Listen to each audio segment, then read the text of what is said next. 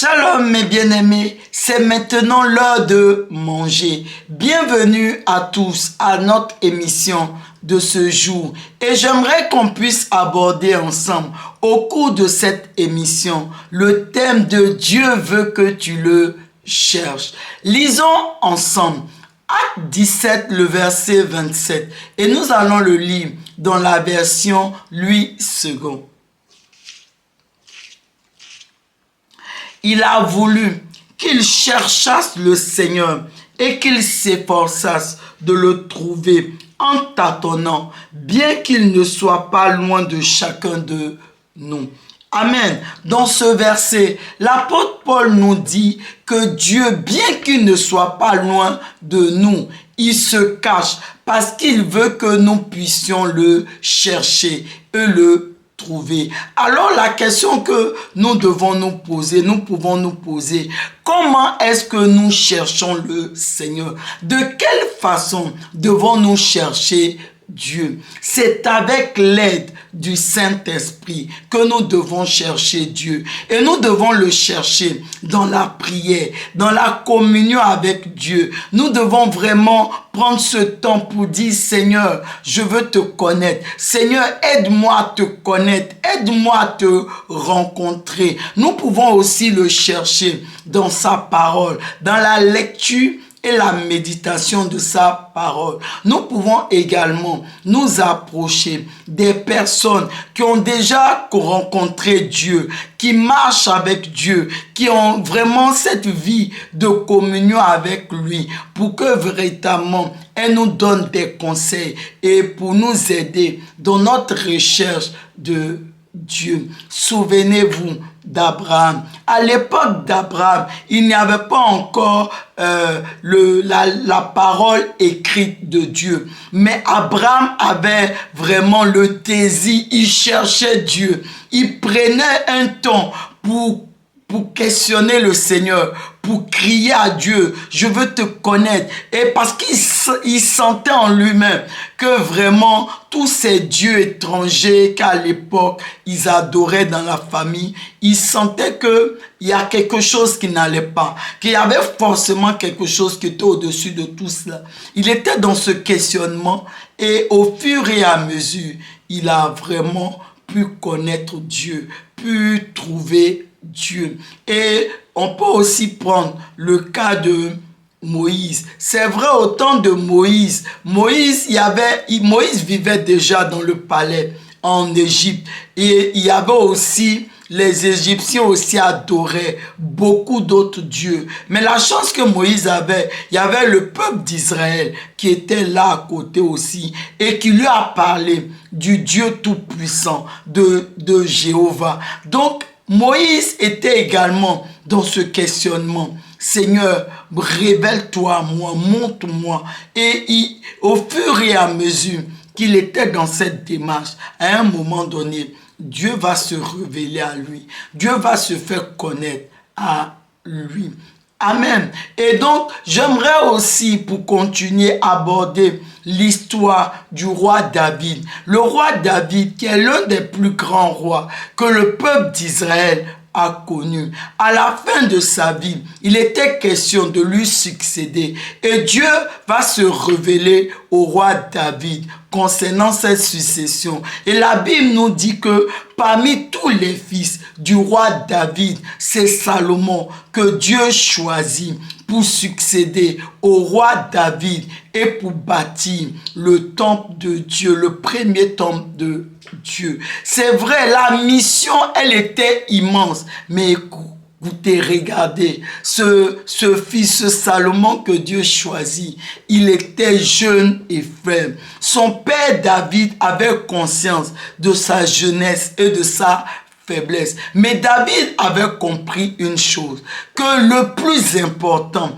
ce n'était pas l'immensité de la tâche à accomplir, ni même tous les handicaps, les faiblesses que Salomon pouvait avoir, sa jeunesse, sa faiblesse, mais c'était en réalité de chercher Dieu de tout son cœur, car Dieu seul avait le pouvoir, la capacité d'aider Salomon à accomplir cette œuvre immense malgré son jeune âge et malgré sa faiblesse.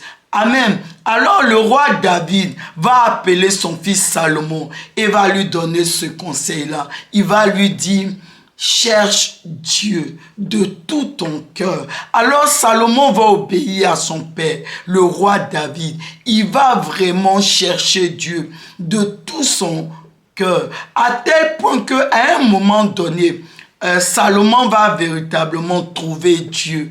Et parce qu'il va trouver Dieu, Dieu va le rendre capable d'accomplir cette grande mission, de bâtir ce grand et beau temple à la gloire de Dieu, qui va s'élever à un haut degré de renommée et de gloire partout dans les nations.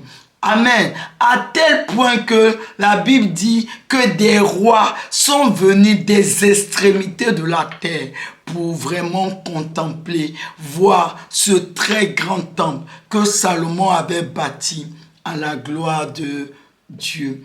Amen. Mais malheureusement, parce que la Bible nous dit dans le verset que nous avons lu, dans le livre de Actes 17, verset 27, la Bible dit que c'est en tâtonnant que nous allons trouver Dieu.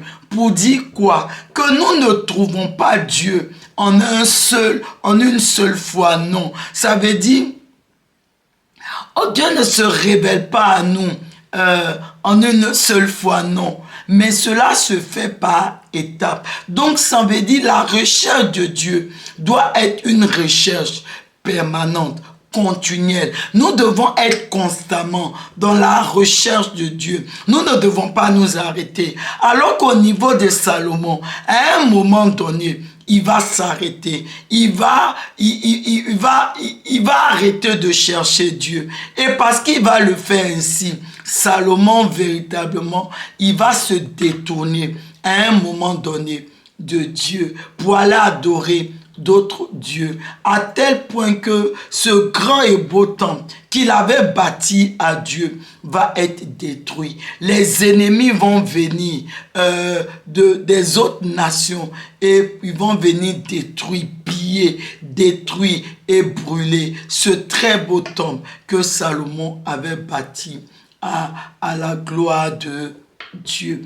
Et aujourd'hui encore, dans la nouvelle alliance, il ne s'agit plus du roi Salomon, mais il s'agit de chacun d'entre nous. Parce que tout comme Salomon, Dieu également nous a confié une grande mission. Nous aussi, tout comme Salomon, nous devons bâtir à Dieu un grand et beau temple qui va s'élever à un haut degré de renommée et de gloire partout dans les nations. Mais dans la nouvelle alliance, la Bible nous montre que ce temple que nous devons bâtir à Dieu, qui va s'élever à un très haut degré de renommée et de gloire, partout dans les nations, véritablement, c'est nos propres corps. C'est vraiment, ce n'est plus une maison physique, c'est une maison spirituelle. C'est pour ça que la Bible dit que nous devons aller partout dans les nations pour vraiment faire des nations des disciples de Jésus-Christ. Donc véritablement, ce grand et beau temple que nous devons bâtir à Dieu, c'est en allant faire de toutes les nations des disciples de Jésus-Christ.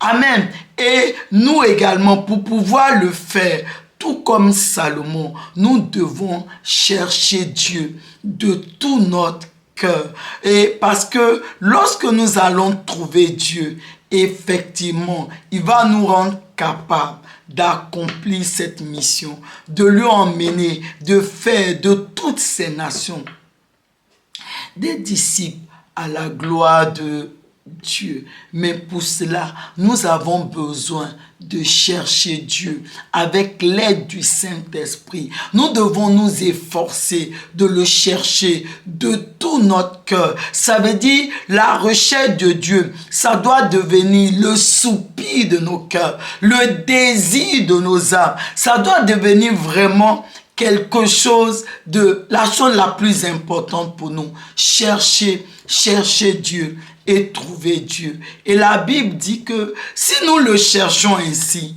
il va se laisser trouver par nous.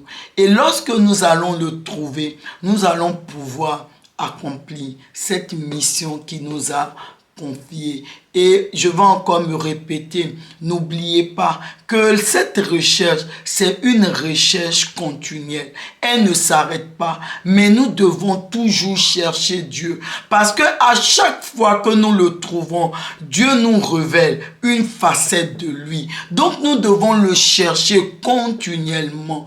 Et en le faisant ainsi, nous allons pouvoir accomplir complètement, totalement la mission, fut-elle grande, immense, que Dieu nous a confiée. Élevons la voix ensemble et prions. Seigneur, je te cherche, je désire te connaître. Et alors que je te prie, Seigneur, en ce jour, fortifie-moi, aide-moi, Seigneur, à te chercher de tout mon cœur. Et Seigneur, aide-moi également à te trouver. Laisse-toi trouver par moi, afin que moi également, Seigneur, je puisse conduire à toi un grand nombre, un peuple nombreux, assoiffé de toi, pour la seule et unique gloire de ton nom.